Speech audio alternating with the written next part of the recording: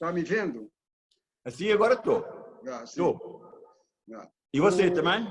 Estou, perfeito. Charuto.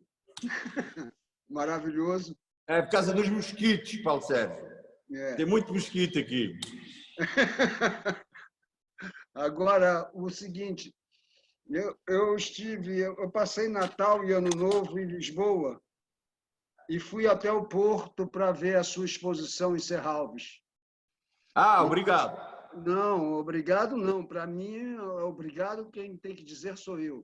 E foi uma das exposições, como aquela que eu vi há anos atrás na Gulbenkian, que também foi muito surpreendente, aquele desmantelamento do espaço que você fez, mas dessa vez foi uma coisa que contrastava muito, porque tinham 3 artistas importantes para a arte contemporânea, a Paula Rego, o Olafur Eliasso e você, mas evidentemente que a identidade estética minha era evidentemente com a sua exposição. Eu acho que o modo de expor também, independente do catálogo ter sido publicado com as peças individuais, a montagem, a instalação que você realizou é uma forma absolutamente inédita de obrigar o espectador tanto a poder se distanciar, quanto outras vezes a não poder se distanciar, a estar quase em contato direto com a obra fisicamente. Ou seja, aquele labirinto que você criou, e que tem várias escolhas de caminhos possíveis, foi formidável, sem falar na quantidade de objetos e você padronizar o suporte de cada um de uma forma que esse suporte se conseguia se concatenar com aqueles objetos que você foi acumulando. Aquilo é uma vida inteira, eu acho. Aquilo ali tinha... Aquilo tem se é comum e normal e compreensível quando se diz que a obra de um artista é de alguma forma sempre autobiográfica, o que não quer dizer necessariamente que seja narrativa, mas há sempre um lugar a partir do qual o artista traz para a sua obra aquilo que ele é, aquilo que ele vive, aquilo que ele pensa. Ali neste caso, desta minha peça, Roving Gaze, que você viu, isso é claro, e não só é claro, como é intencional. Aquela quantidade toda de elementos que povoam aqueles 100, são 100, exatamente 100 painéis, são todos retirados do ateliê. O meu ateliê, mais do que um sítio para trabalhar, é um sítio onde eu guardo muita coisa que apanho no lixo, coisas que pessoas, amigos meus, conhecendo o que eu gosto ou que quero, trazem e deixam.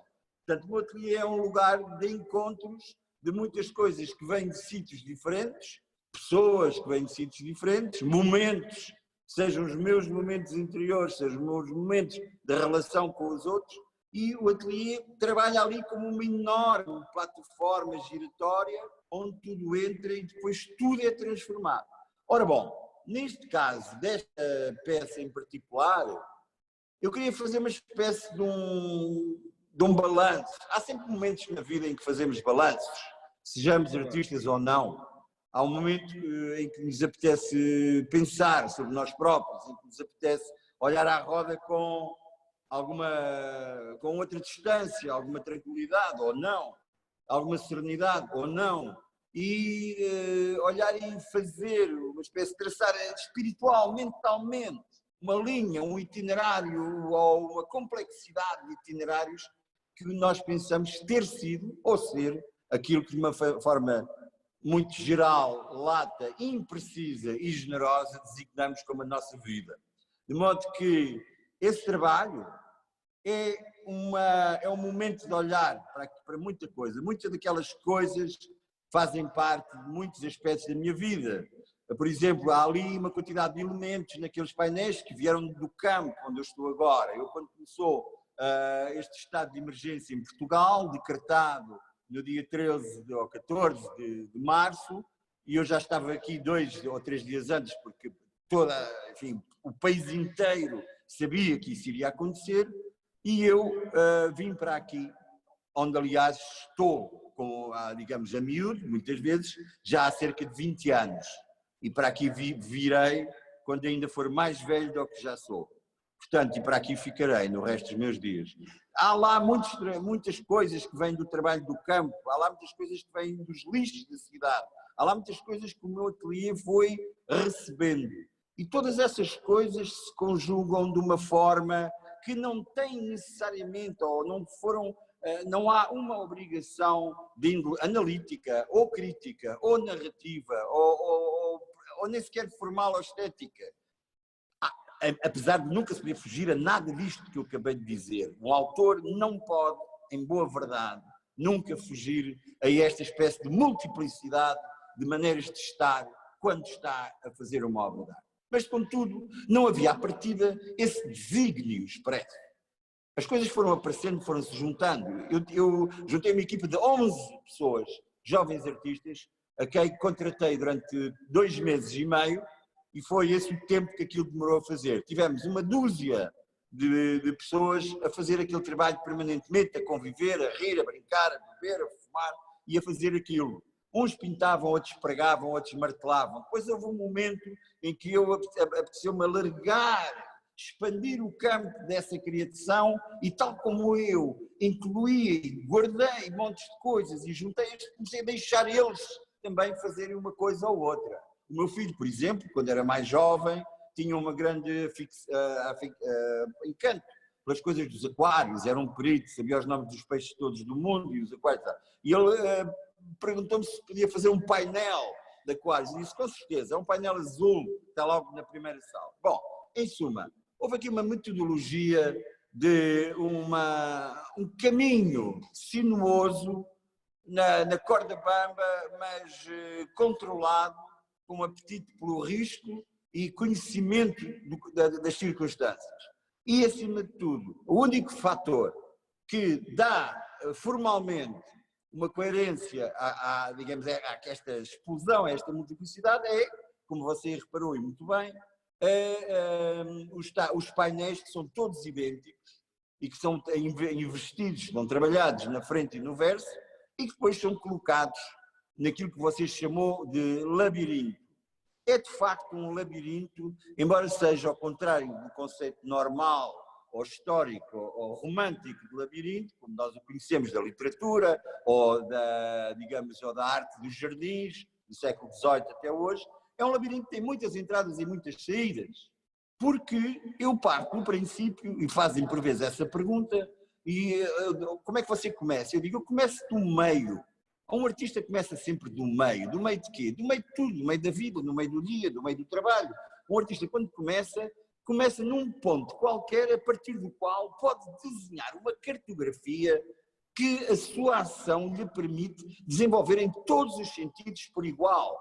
Ramificar, radicular, vertical, horizontal, pode expandir-se, contaminar-se, concentrar, descer, alargar-se. Portanto, é do meio que se parte. Não há princípio nem fim na criação da obra de arte. Também não há entradas ou saídas neste labirinto que eu fiz ali em Serralves. Eu chamei de labirinto porque não há um percurso. Chamou bem. Não há um percurso a priori para ser seguido. Você pode se perder ali dentro como quiser.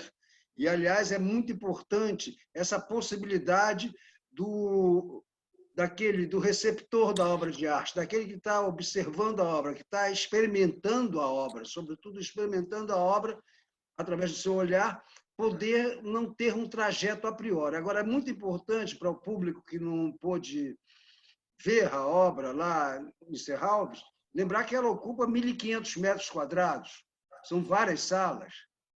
É todo o lado esquerdo do museu, todo o lado esquerdo do museu. O lado direito estava a Cisa e a Paula Rego.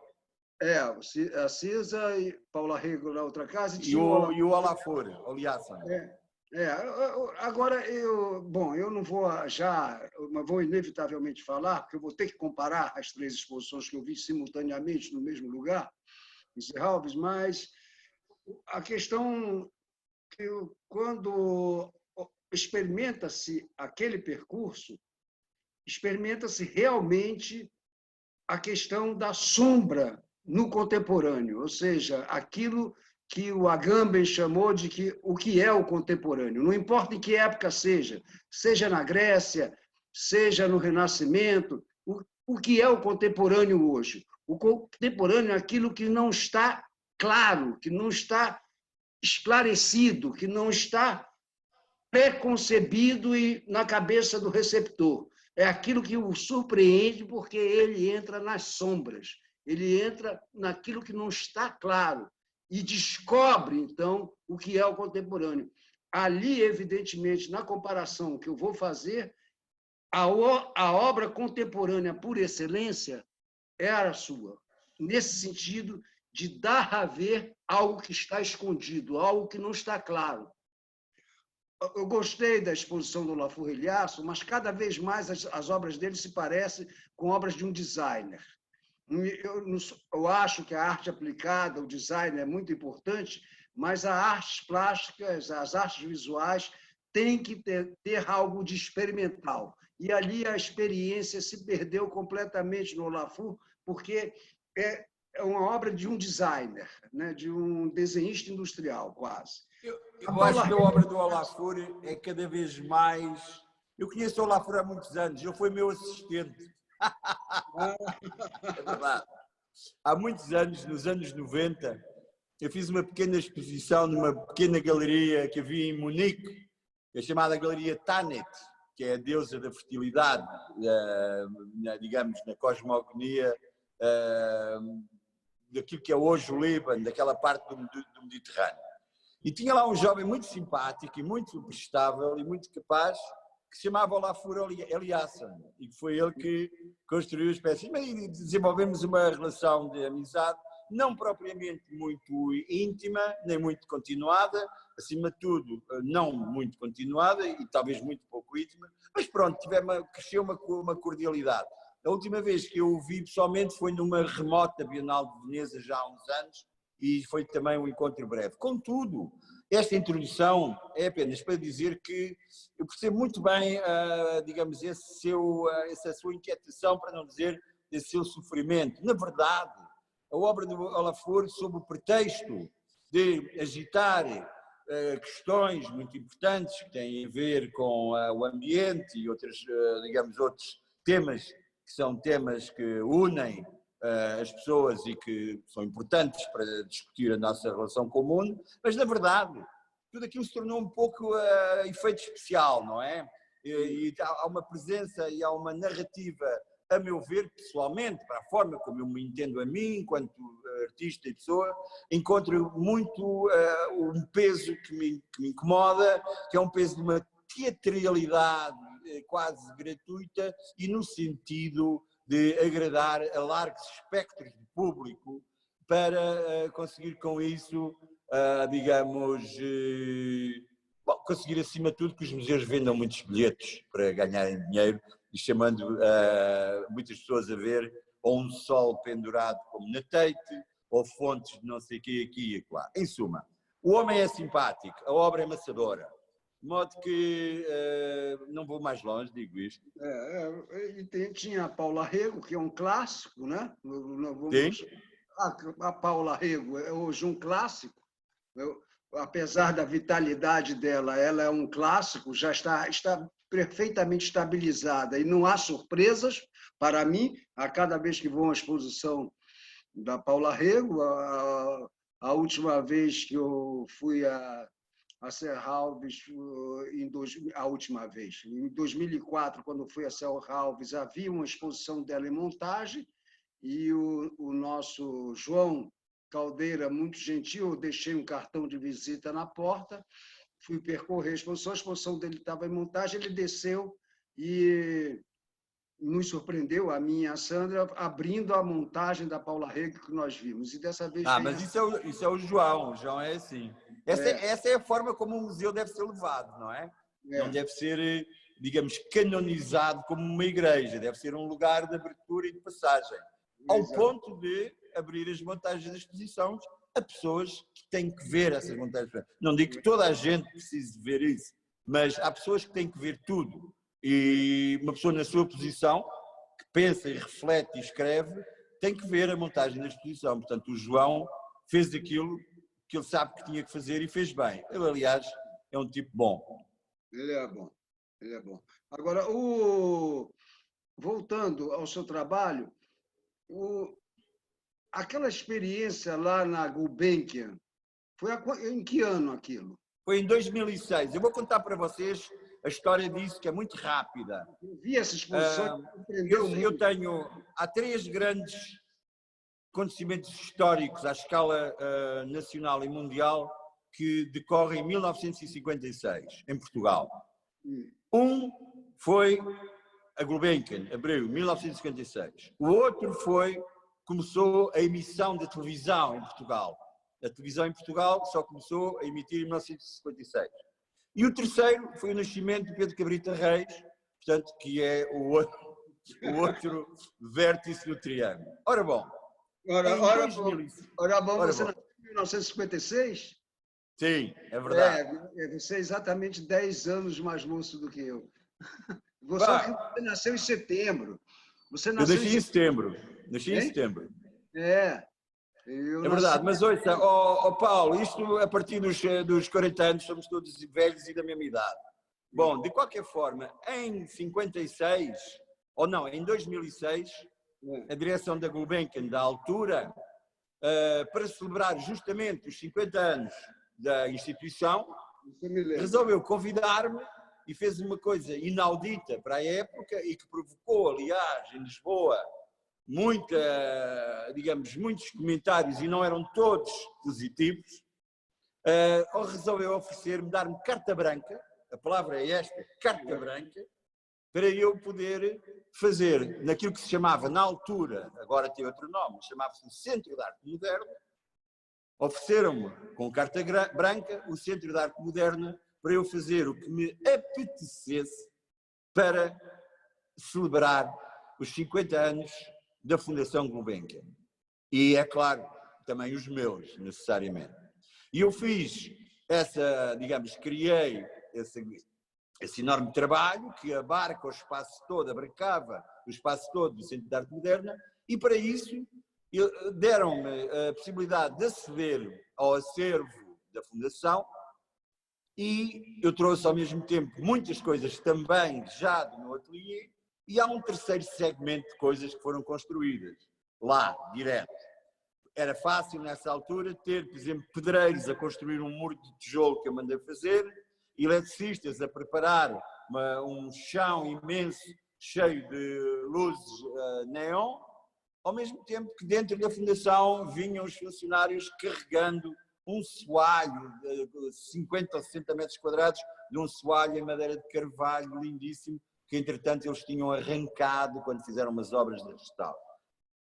E foi um momento muito engraçado, essa combinação toda. Inclusive eu usei usei 2 peças da coleção da Fundação Gulbenkian. Uma cabeça muito bonita do Canova, em mármore, e usei uma pintura muito pequenina do Corot, considerada falsa, comprada diretamente pelo Gulbenkian ainda nos primórdios do século XX, e que nunca terá sido exposta, justamente porque se reconheceu que era falsa. Ora, essa pinturinha do Corot era linda, e eu resolvi trazê-lo e dar-lhe um lugar de destaque, mantendo, é claro, a informação de que era um falso. O que, desde logo, permite lançar na discussão a questão do falso e do original. O Corot, sabe-se hoje, era um tipo bem-sucedido na vida como pintor. A burguesia, digamos, compradora de arte dessa altura em França, tinha por ele um apetite muito particular. Ele tinha uma pintura amável e, como tal, com sucesso nas casas burguesas, mas era também, ao que parece, um tipo muito generoso. E ao ser generoso, era de muitas formas, e desta em particular. Havia uma quantidade de pintores menores que faziam falsos coroas e que vinham ter com ele e lhe pediam para ele assinar. E ele assinava, Corot. Estava-se a cagar se era falso, se não era, queria lá saber. Ele era ali um pintor, um amigo, com dificuldades de dinheiro, não sei o quê, e assinava por vezes, não digo que fizesse isto por sistema, mas sabe-se hoje que ele assinou alguns coroas feitos por outros, e que ele ratificou coisas. Este da Gulbenkian, que o Gulbenkian comprou diretamente, porque o Gulbenkian tinha pessoas que lhe compravam antiguidades, essas coisas todas. Eu próprio, portanto, de vez em quando, lá comprava em Paris umas coisitas. Este coroa, sabe-se que foi comprado por ele diretamente e que se veio a provar mais tarde ser um falso. Esta pequena história deliciosa e não constitui, para mim, pessoalmente, nenhum problema. E no contexto digamos, daquela exposição que eu produzi para a Fundação, devo realçar que a Fundação reagiu muito bem à minha decisão de querer mostrar o coroa falso, que eles jamais o expuseram em nenhuma circunstância. Aquele coroa esteve escondido num buraco até 2006, quando eu o fui buscar para o expor lá. E o Canova também tem uma outra pequena história, que eu quis deitar a cabeça do Canova no chão, numa determinada zona, onde eu quis que ela ficasse, o que provocou escândalo e fúria e grandes receios naturais, de alguma forma, junto digamos, do conjunto dos conservadores do museu. Porque não era para ser assim, porque eu tinha o coroa apoiado sobre umas mantas de trapo, de serapilheira, assim, umas coisas pobres. Lá tive que fazer um pouco tive que conversar, depois às tantas intervieram a direção da Gulbenkian não interveio e felizmente lá chegámos todos a um consenso, ou seja, eu fiz o que me apetecia e toda a gente ficou satisfeita. Mas essa exposição tinha isso, é uma encomenda para a celebração dos 50 anos da Fundação, que me foi dirigida diretamente a mim, com carta branca absoluta, e que tem um livro muito bonito, onde há um texto bastante engraçado, uma conversa que eu fiz com o Jorge Mulder, não é? Que na altura era diretor da Fundação, e foi um momento bom na minha vida. Uma coisa que eu gostaria de realçar, tal como o João Fernandes o convidou a visitar a montagem da Paula Rego, uma das coisas que defini com a direção da Gulbenkian, nessa altura, há 14 anos, foi que, como eles retiraram tudo o que estava no Centro de Arte Moderna para me permitir a mim trabalhar e fazer a montagem do meu projeto, eu disse-lhes, bom, não vamos fechar a sala, o museu, ao público, vamos deixá-lo aberto e vamos deixar que as pessoas entrem e que estejam aqui no meio desta confusão, pedreiros e eletricistas e pintores e o artista. Levei o meu escritório para dentro da Fundação, a minha assistente pessoal, que antigamente dizia a minha secretária, que ainda é hoje a mesma, a Tânia, montou o escritório lá, levou-se computadores e tal, e vivemos, literalmente vivemos, não dormimos, mas vivemos diariamente, durante quase 3 semanas, no Centro de Arte Moderna, entretanto transformado nessa peça que se chamava Fundação. E Fundação por um duplo sentido. Fundação porque Fundação Gulbenkian Exploratório e Fundação como um ato de começar qualquer coisa, de fundar as bases, um ato de iniciar um processo de construção. E pronto, olha, Paulo, foram os dias bonitos. Me diga uma coisa, qual a extensão diária daquele Centro de Arte Moderna? Opa, isso agora é difícil, mas mais ou menos, porque não essa exposição da Serralves é estendida através de diversas salas, mas ali era um espaço aberto único. Lá era a grande sala do Centro de Arte Moderna. Era o Centro de Arte Moderna todo. Não, todo não, só a parte do resto de chão. Eu não quis usar aquela varanda que eles têm, só usei a parte do chão. Eles têm um mezanino, depois têm a zona central e depois têm uma espécie de cave, não é? Ora, essa cave e o mezanino são uma espécie de 2 corredores, um em cima e outro em baixo, que acompanham todo o comprimento da grande sala. E eu só usei a grande sala porque queria que as pessoas tivessem uma percepção visual do objeto toda apenas a um nível, que não fossem obrigados a subir escadas e a descer escadas para ver a continuação do trabalho. Não, entram a um nível e está tudo nesse nível. E, tal como em Serralves, andam por ali e vão acrescentando, vendo, comparando, analisando, vendo olhando coisas ao fundo através de outras coisas mais perto e criam assim uma rede não só visual, como também, digamos, de imagem e de conceito, que se vai enriquecendo e está em permanente construção e destruição. Por isso é que eu só quis usar esse espaço. Pergunta-me qual é a dimensão. Eu não sei, mas seguramente teria à roda de 1000 metros quadrados. Pois é, eu estou dizendo, eu acho que por isso que eu fiz a questão de lembrar Serra Alves com 1.500 metros quadrados em várias salas, e ali é aquele grande salão de uma extensão imensa, onde a intervenção também foi absolutamente surpreendente, ou seja, quem frequenta exposições, né? Eu comecei quando você tinha a ver exposições de arte, quando você tinha 9 anos de idade. Eu comecei a frequentar o Museu de Arte Moderna do Rio de Janeiro em 1965, quase que diariamente. E continuei vendo exposições de arte, via a Bienal de Paris de 1969, a Bienal de Paris de 71, a Bienal de Paris de 73, que era a Bienal dos Jovens, né? Essa não existe mais, mas era a Bienal que os artistas tinham que ter no máximo 30 anos de idade para participar. Ou seja, acompanhei um Joseph Kosuth desde cedo, acompanhei diversos artistas, sem falar naqueles que eu acompanho no ateliê continuamente, como um Valterço Caldas, como foi o Antônio Dias, como foi o Tunga, que eu sou formado não somente pelas minhas leituras, eu gosto muito de ler, gosto muito de filosofia, gosto muito de literatura. Agora, eu sou formado, sobretudo, pelo contato direto com as obras, né? Pelo contato direto com a obra do artista. E eu não vi, quer dizer, nas minhas experiências, fui a Documentas de Kassel, visitei não sei quantas bienais de Veneza, já não tenho nem mais paciência de ir mais, de não sei quantas. Me lembro de uma que eu fui, levei meu pai e minha mãe.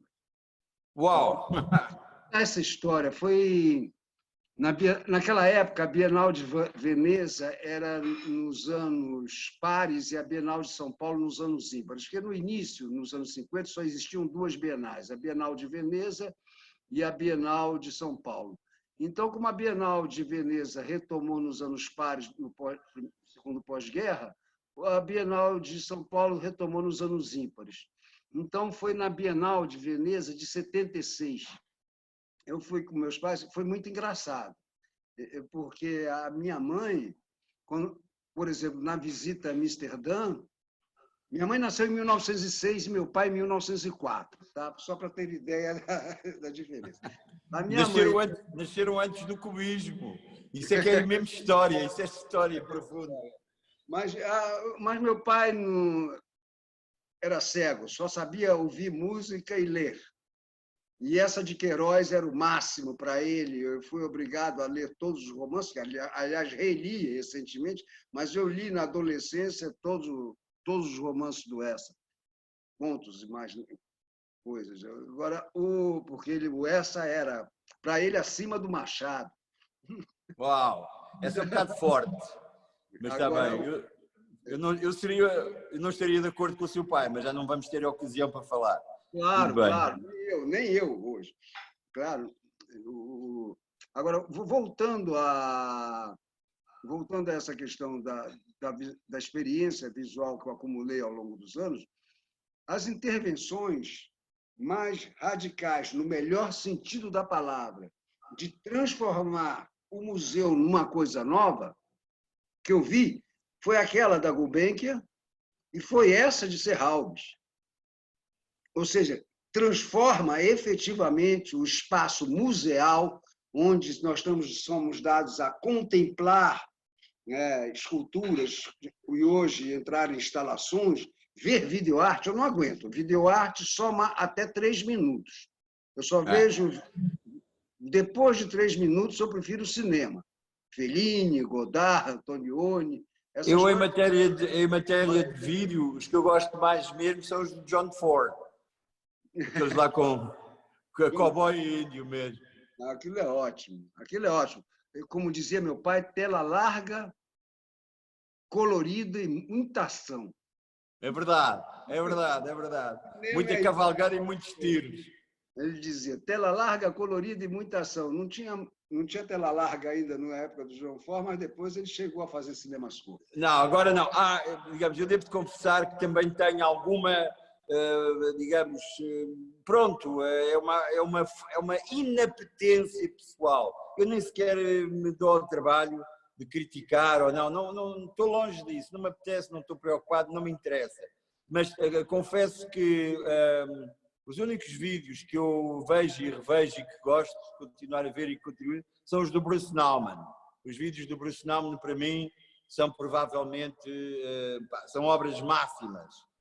Depois vi outros, como toda a gente, é uma coisa que infelizmente é como aquela cola que se pega nos dedos, uma pessoa está sempre querendo tirar, aqui está ali colado, não é? Vais uma bienal e vês uma cortina preta, metes a cabeça lá dentro, olhas 20 segundos, se conseguires, vais-te embora.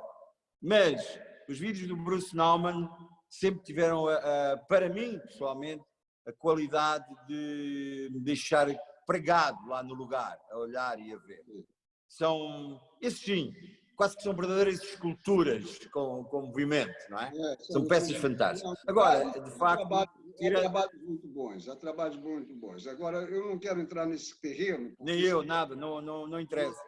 Para mim. Então, o que eu queria retornar a falar, que com essa experiência acumulada ao longo desses anos, essas duas intervenções que transformam efetivamente o espaço tradicional de fruição da obra de arte numa experiência inédita que eu vi, foi essa sua na Gulbenkian e essa sua em Serralves. É claro que você tem obras individuais formidáveis, obras que individualmente são formidáveis. Eu não estou falando disso. Por exemplo, aquela escultura na beira do Tejo. Aquela experiência. Você pôde ver isso. Você viu isso. Não está mal, não. Eu gosto dela. Também. As experiências de obras individuais suas são sempre formidáveis. Aliás, é uma pena que aqui, enquanto você vai para o campo, como diz a Sandra, minha mulher, a nossa montanha fica a 7 quilômetros daqui, é o apartamento do Cosme Velho, onde está a minha biblioteca e as obras de arte. Eu não tenho uma coleção, eu tenho um conjunto de presentes dos meus amigos artistas, onde está lá um desenho que você me deu com o meu nome. Bom, mas bom. Agora, quem está lá no Cosme Velho? Lá no Cosme Velho está minha filha, a Luísa, com a companheira dela, a Joana Braga, mas elas estão com suspeita de Covid-19. Me proibiram terminantemente de fazer a nossa live em lá. Eu gostaria de fazer. Não, e fizeram bem, que é preciso ter cuidado. Ainda é preciso ter cuidado durante muitos meses ainda. Isto não acabou, nem vai acabar tão depressa. E eu ainda vou ter que ir ao Rio, lá, beber uns copos com você e com o Mané, a Estela e todos os amigos de lá. Portanto, veja lá, tenha cuidado, não se ponha a fazer coisas que não deve. A Luísa tem razão, ela está bem. Ela está certa. O teste dela chega hoje ou amanhã para saber, porque elas fizeram o teste com antecedência e vai saber. Pode ser que não seja, que os sintomas só estão se manifestando na Joana Braga, essa produtora que é companheira, casada com a minha filha. Sim, eu sei disso.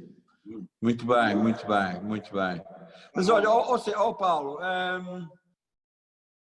Agora, sobre essas intervenções de transformação do espaço museal, você conhece experiências semelhantes a essas que você realizou na Gulbenkian e agora em Serralves?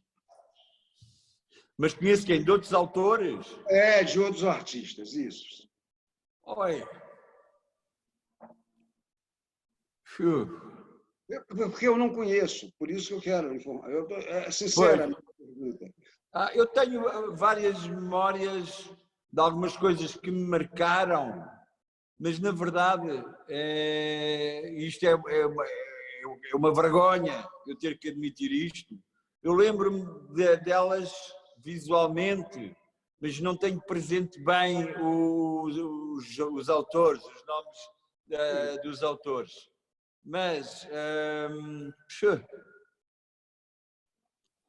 não queria entrar por aqui porque posso lembrar-me de algumas coisas, depois não me lembro quem é que as fez, nem onde é que as vi. Tenho uma coleção de memórias difusas e imprecisas de coisas que me marcaram, ou que marcaram-me o suficiente para eu me ainda lembrar delas, mesmo de uma forma...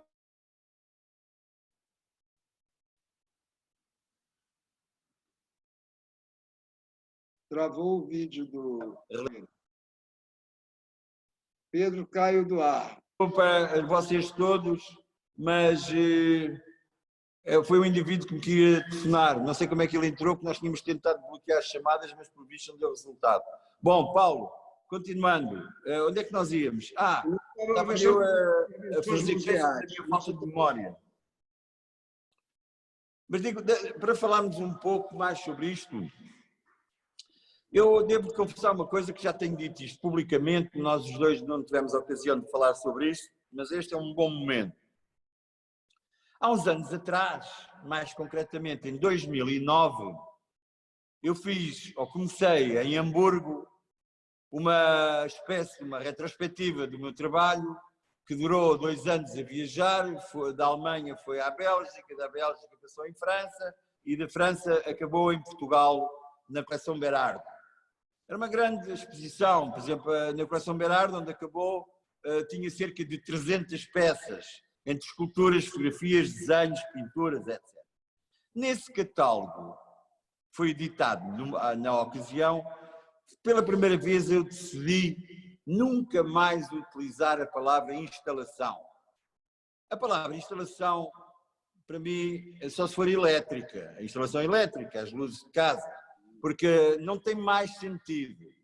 E porquê é que para mim não tem mais sentido? Porque a maior parte das instalações que se foram vendo ao longo dos anos 80 para cá, 90, cada vez mais, a meu ver, posso estar enganado, pode ser arrogância da minha parte, pode ser vaidade, pode ser um conjunto de coisas más, mas eu continuo a acreditar nisto que estou a dizer. A maior parte das instalações, uma ou outra, tinham solidez conceptual, solidez formal, solidez plástica, tudo. Mas a esmagadora maioria daquilo que a crítica designava como instalação não era mais senão decoração de interiores de espaços muito bonitos. Fábricas, igrejas, museus, palácios, ou novos ou velhos a cair de ruínas, e aquilo começou a enjoar. Não sei se essa palavra no português do Brasil tem o mesmo sentido. Perfeita. Enjoar. E eu, cada vez que via uma coisa daquelas, mais convencido ficava que os seus autores, coitados, não se conseguiam furtar àquela espécie de perversão que o seu trabalho se transformava única e apenas numa decoração de um sítio muito bonito. Ora, isso não é bom. E porquê é que não é bom? Porque uma obra de arte tem que ter uma valência autónoma. Nós sabemos muito bem que o contexto político e cultural e filosófico e civilizacional não é o mesmo no mundo todo. Digamos, uma pessoa de origem árabe não pensa nem vê o mundo da mesma forma que uma pessoa de origem asiática. E uma pessoa de origem europeia não vê o mundo da mesma forma que uma pessoa de origem africana. Apesar de se viver num mundo globalizado em que aparentemente temos todos os mesmos, ou pelo menos vestimos todos roupa das mesmas marcas e usamos todos carros das mesmas marcas. Mas apesar de tudo, há um olhar diferente. E a obra de arte, seja ela qual for, consoante os sítios onde vai, onde está, fala de maneiras diversas às pessoas dos diversos contextos sociais, políticos, geográficos, culturais, etc. Apesar disso ser verdade, a obra em si própria tem que, ontologicamente, a obra tem uma autonomia e uma identidade que é ela só. Ora, as instalações que se transformaram em decorações de interiores não podem, de forma alguma, reivindicar essa espécie de autonomia que permitia que ela fosse transportada para os diversos cantos do globo mantendo a sua autonomia conceptual e a sua proposta estética e filosófica, e por que não dizê-lo, política também, mesmo que sendo observada e interpretada de forma diversa, consoante os filtros culturais das comunidades onde ela fosse exposta, mas mesmo assim tinha que ter o ponto de partida da análise era essa autonomia da peça. Ora, as decorações de interiores valem só nos interiores, não valem mais lado nenhum. Daí que eu tivesse erradicado em absoluto o conceito de instalação, eu só faço esculturas, desenhos, pinturas e algumas fotografias. Não faço instalações, não erradiquei esse conceito digamos, do léxico do meu trabalho. E tento, na maior parte dos casos, tanto quanto possível, construir obras que consigam ter em si essa espécie de qualidade interior que a permite ser transportada e confrontada com a diversidade de olhares que há no mundo inteiro e ainda assim levar essa espécie de identidade dela própria. Massa-me a ideia de andar pelo mundo fora a fazer coisas bonitas, a decorar museus e fábricas, e igrejas e castelos e palácios e armazéns com, digamos, com coisas que se parecem com arte. Não quero mais isso. Eu quero falar para você que essa sua fala me deu muita saudade de um grande amigo meu que morreu no dia 6 de junho de 2016, o Tunga. Ele disse, eu não faço instalação, eu faço instauração. Eu não faço instalação. Estava certo. E aí uma obra de arte é sempre uma coisa que se instaura. Instaura. Que ele sempre foi, o Tunga sempre foi um homem dotado de um sentido notável de humor e de rigor intelectual, e usava a ironia, às vezes com violência, mas isso era apenas mais uma forma de fazer arte que ele tinha, não é? Eu assisti em 1999, no Centro Cultural Recoleta, em Buenos Aires, uma grande instauração dele, em que ele conseguia,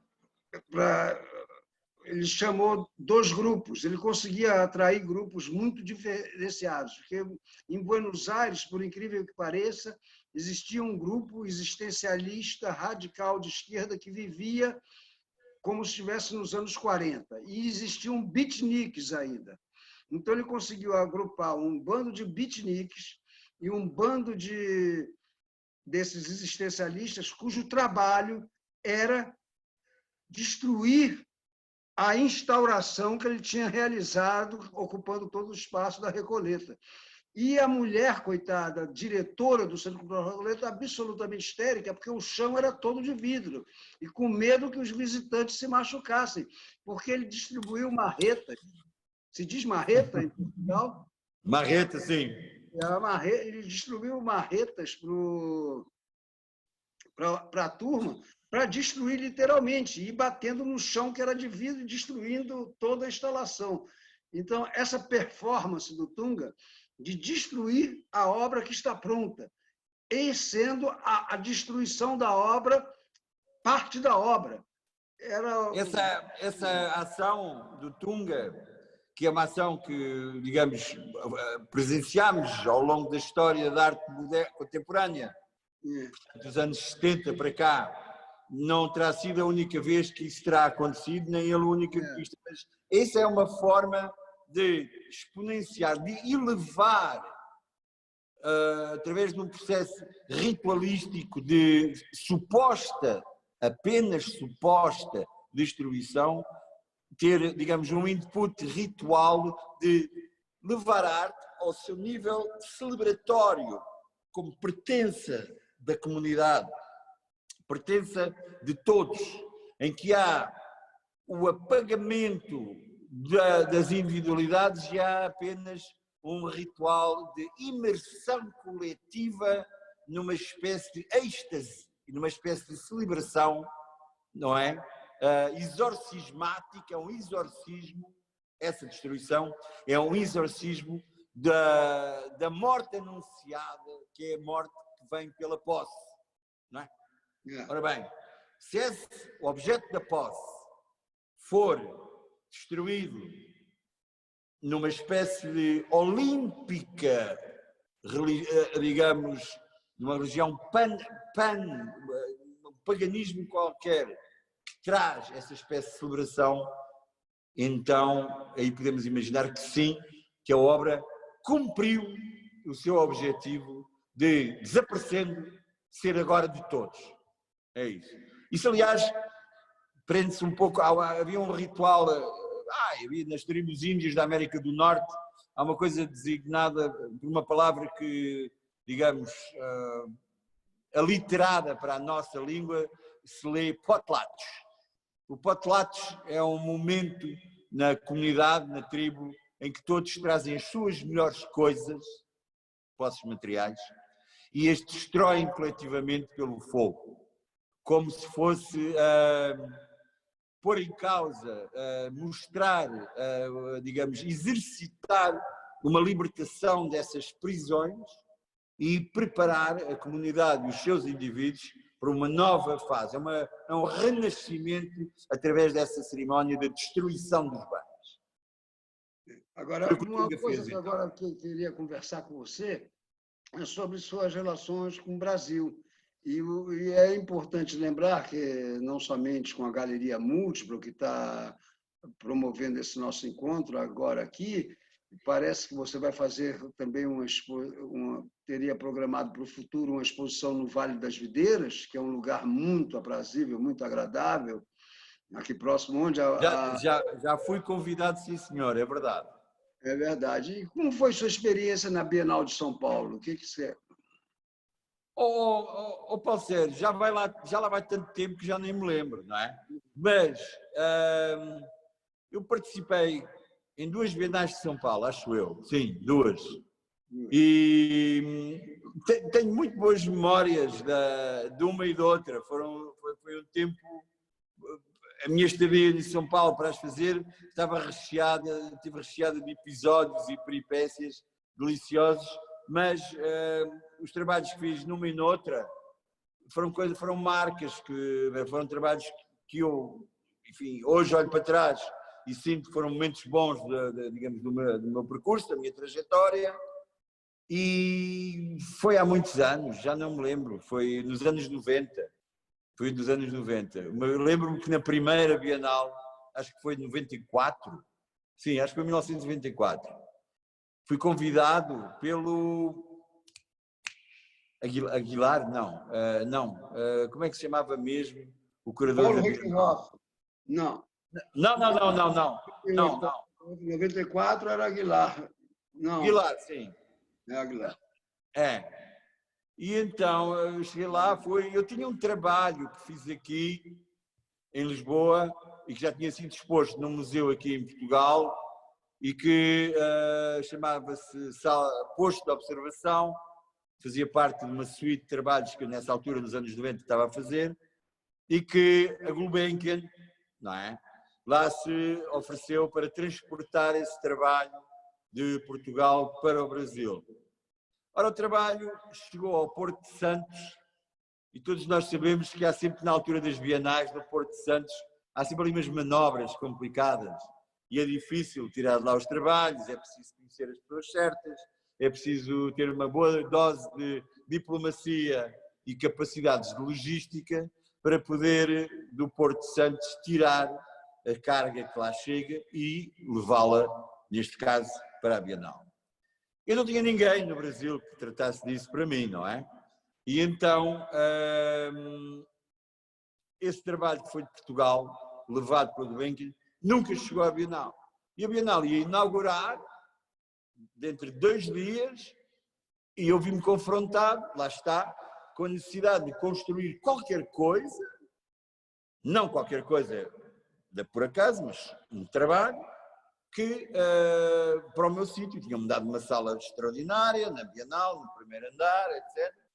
E construí uma coisa, um trabalho que mais tarde, tanto que eu chamei de São Paulo, e que era uma coisa muito simples, que é, eu desmontei o forro todo da minha sala, tirei os painéis de madeira, ficou a estrutura à mostra, e lá num canto, lá no fundo da sala, pus um cobertor, desses cobertores de sem-abrigo, e por cima desse cobertor, uma dessas bebedores de água que tem nos escritórios, nas empresas, não é?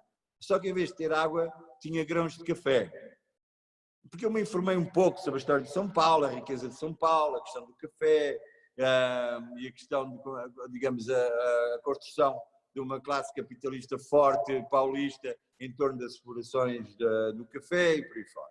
E aí fiz uma metáfora, uma ligação dessas máquinas que dão água, a água que é fundamental para a vida, que dão água nos escritórios das empresas, e em vez de água tem café. Portanto, aquele produto do café era o que deu a vida económica à sociedade paulistana, e que no início, digamos, dos primórdios da sua existência enquanto grande capital, e ao mesmo tempo o cobertor no chão chamava a atenção para os, digamos, para os deserdados da terra.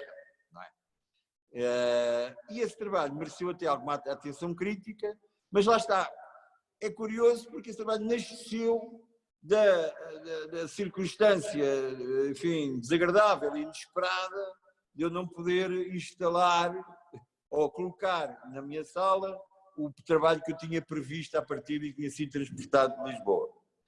Nessa altura, comecei a ter relações com o saudoso Marco António Vilaça, da Galeria de Camargo Vilaça. E a Bienal tinha-me atribuído umas pessoas para me ajudar, mas eu não consegui comunicar com elas. Não conseguia. O meu português não era o português deles. Havia uma dificuldade de comunicação tremenda e então não havia telemóveis, ainda nessa altura. Vou aos escritórios da Bienal e peço ao Aguilar para me deixar ligar para a galeria. Liguei para a galeria e expliquei que tinha 4 pessoas, homens lá para me ajudar, mas que eu não conseguia falar com eles. Eles não percebiam. Eu dizia uma palavra e eles não percebiam essa palavra. E então disse, eu preciso de alguém aqui para mediar a minha comunicação com estas pessoas. E aí eles mandaram-me um tipo com o qual eu desenvolvi relações de amizade muito grandes, uma pessoa porque eu tenho uma estima extraordinária, um artista brasileiro, chamado Paulo Klimachowska, não é?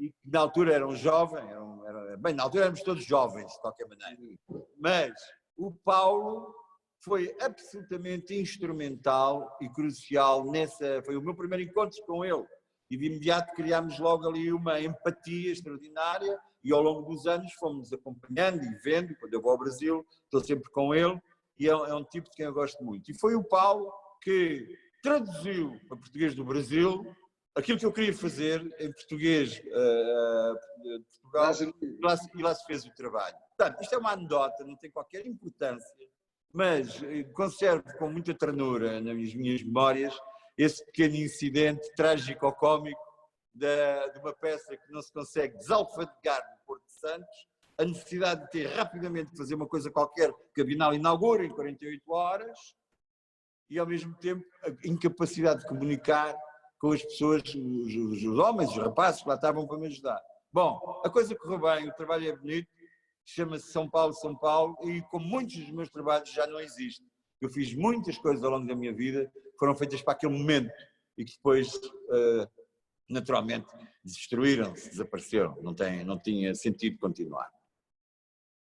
Portanto, não sei, não respondi com certeza à sua pergunta. Aliás, a minha grande especialidade é nunca responder a nada. As suas experiências com o Brasil, e aí vamos ao Vale das Videiras, né?